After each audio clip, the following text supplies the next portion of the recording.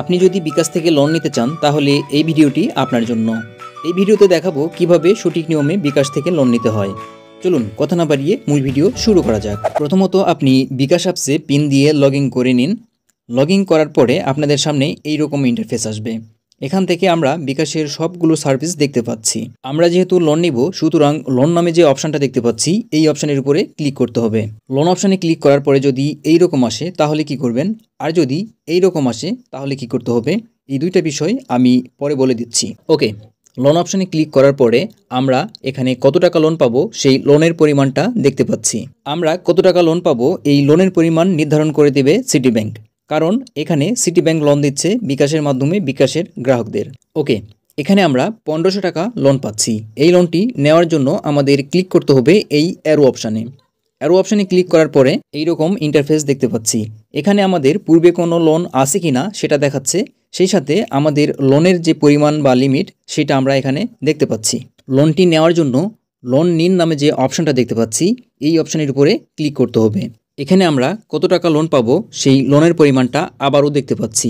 সেই সাথে এই লোনটি কত সময়ের মধ্যে বা কত মাসের মধ্যে পরিশোধ করতে হবে সেটাও কিন্তু আমরা এখানে দেখতে পাচ্ছি।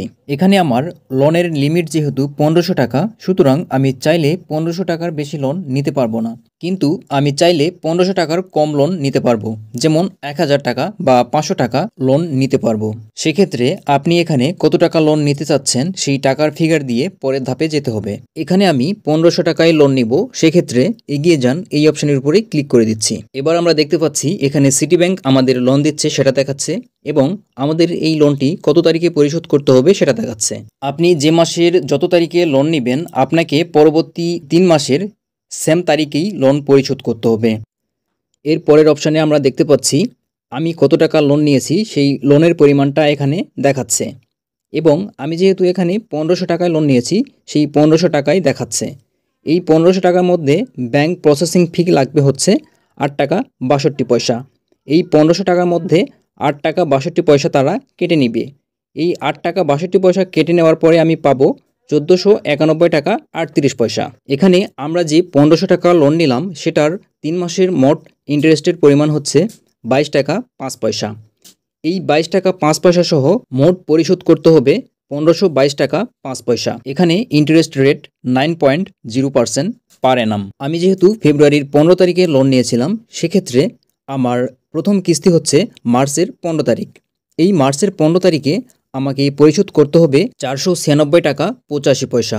এর সাথে ইন্টারেস্ট যোগ হবে 10 টাকা 50 পয়সা, এবং টোটাল অ্যামাউন্ট পরিশোধ করতে হবে 507 টাকা 35 পয়সা। ঠিক একই নিয়মে পরবর্তী যে 2 মাস থাকবে এপ্রিল এবং মে, এই 2 মাসেও এভাবেই কিস্তি পরিশোধ করতে হবে।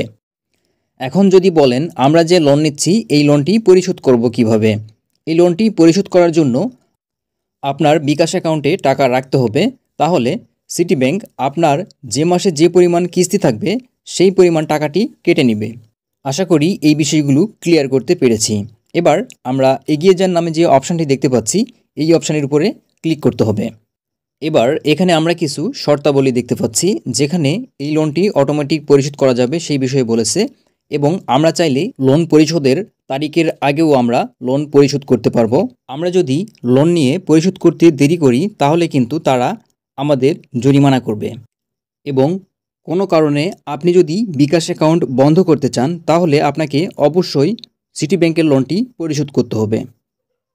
আর যদি আপনি লোন নিয়ে লোন পরিশোধ না করেন বা কোনো ধরনের চালাকি করার চেষ্টা করেন তাহলে কিন্তু সিটি ব্যাংক আইনানুগ ব্যবস্থা গ্রহণ করবে।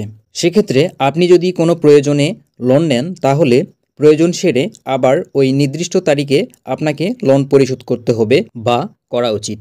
এবার এখানে আমরা যে সম্মতি দিন নামে একটি অপশান দেখতে পাচ্ছি এখানে ক্লিক করতে হবে, অথবা এই অ্যারো অপশানের উপরে ক্লিক করতে হবে। এরপরে এখানে আমরা দেখতে পাচ্ছি আমরা কত টাকা লোন নিচ্ছি সেটা দেখতে পাচ্ছি, এবং এই লোনের ইন্টারেস্ট কত সেটা এখানে দেখতে পাচ্ছি।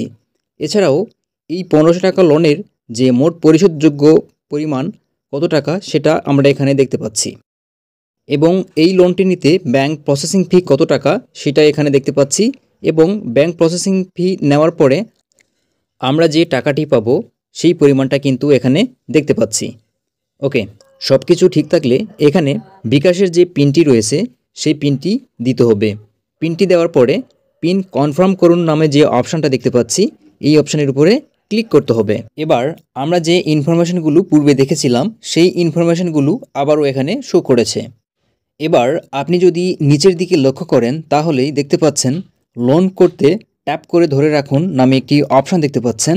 এইখানে আপনার যে হাতের আঙ্গুলটি রয়েছে সেই আঙ্গুলটি দিয়ে ট্যাপ করে কিছুক্ষণ ধরে থাকতে হবে। এবার দেখতে পাচ্ছেন আমরা কিন্তু লোন পেয়েছি, সেই সাথে বিকাশ থেকে একটি কনফার্মেশন মেসেজ চলে এসেছে। ওকে, যারা লোন অপশানে ক্লিক করার পরে লোন নিতে আগ্রহী হয় আপনাকে ধন্যবাদ এইরকম দেখতে পাচ্ছেন, তারা কি করবেন? তারা এই ধরনের প্রবলেম ফেস করলে আপনাকে বেশি পরিমাণে cash in, cash out, send money, mobile recharge, payment, pay bill, add money সহ বিকাশের যে ট্রানজ্যাকশনগুলো রয়েছে এই ট্রানজ্যাকশনগুলো বেশি পরিমাণে করতে হবে। তাহলে আপনার লোন অপশানটি এনাবল হওয়ার চান্স বেশি থাকবে। আর যারা এই রকম দেখতে পাচ্ছেন তাদেরকে এনআইডি দিয়ে তথ্য হালনাগাদ করতে হবে। এজন্য আপনার এনআইডি কার্ডের ফ্রন্ট পার্ট ও ব্যাক পার্টের ছবি দিয়ে এবং আপনার সেলফি দিয়ে তথ্য হালনাগাদ করতে হবে।